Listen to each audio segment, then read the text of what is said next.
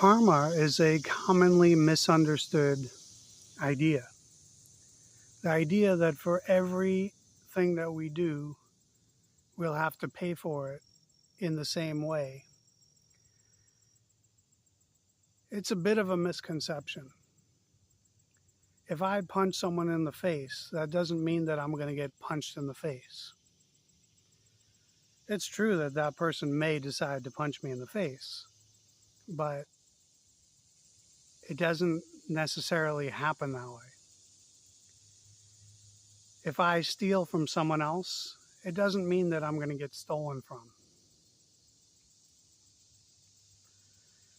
What karma means is that I will pay for my action at the mental level, at the emotional level.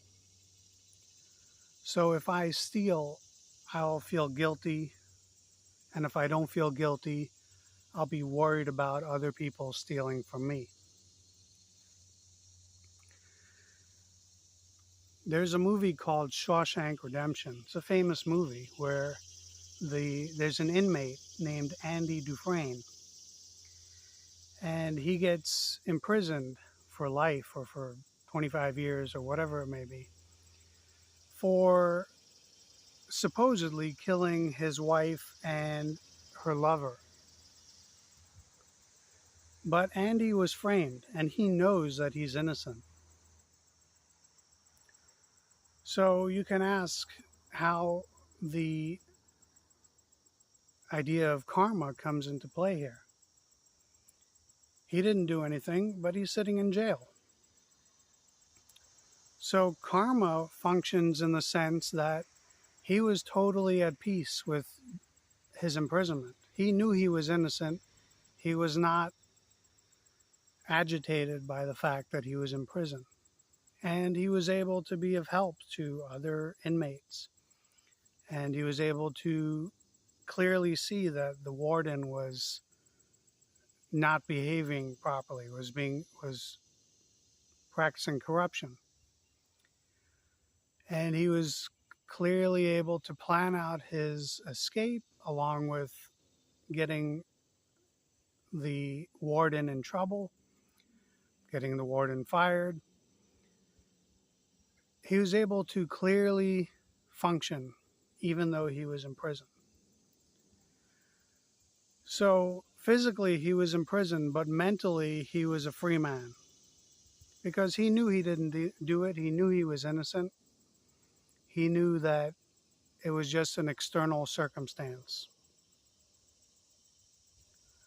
On the flip side, when you do something that harms others, you're constantly plagued by mental agitation. There's guilt, if you have a conscience, and then there's worry and anxiety about that same thing being done to you. When you steal from someone else, you'll always have the fear of being stolen from. So you pay for it on a mental level. Sometimes you get stolen from, sometimes you don't. But the fear is enough. The agitation that you go through, the sleepless nights that you endure, that's karma. So when you see someone bad functioning in the world, doing all kinds of evil things, taking from people, stealing, practicing corruption, you don't have to worry about karma. You don't have to look for it to ruin their lives. Their lives are already ruined. They're dealing with intense mental agitation, worry, anxiety, stress. And they're suffering for their actions. So karma functions at the mental level, not necessarily at the material or physical level.